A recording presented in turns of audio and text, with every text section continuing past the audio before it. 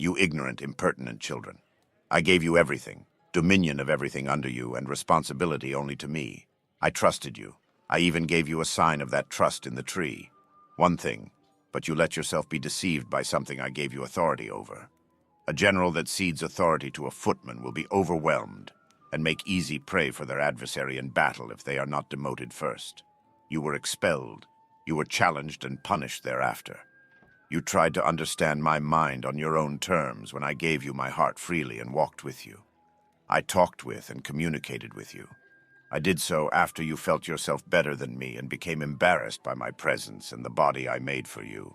Then, decades later, the first generation committed murder. Cain, because I didn't praise your offering enough. I did not murder. I never created you with or gave you inclination to do so. You wanted to be like me, so you understand how to give and take life. I didn't teach you this. I didn't even murder you in return because that was not the way I wished to treat you. But you, my creation that I love, learned another way and killed my creation that I also love.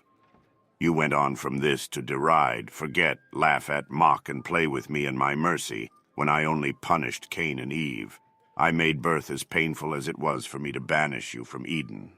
Punishment, of course. I gave you creation of life with each pregnancy.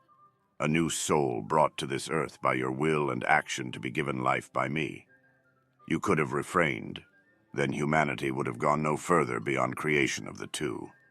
I told you to be fruitful, but I also told you not to eat the fruit. You ignored the one request. Why not both? Have you ever broken your parents' trust?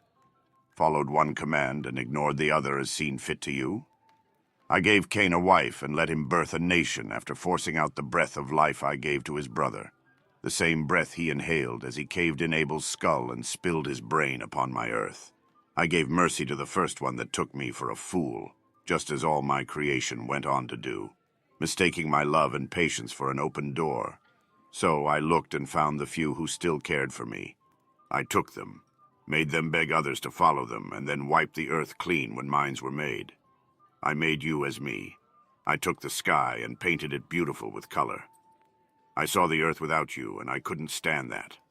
I saw the earth with you and cried with bitter grief, but the idea of controlling you, rendering you mentally and emotionally inert for my benefit, is as abhorrent to me as it is to you. I will not take your mind from you because I love you. I threatened, cajoled, sweet-talked, yelled, and begged for you to listen and believe me, but you haven't, no matter what I do or say. I gave you myself, my son who represents me. You took what you could never understand of me, life and death, my mind, and rejected my heart time and time again. The only thing you have any hope in understanding.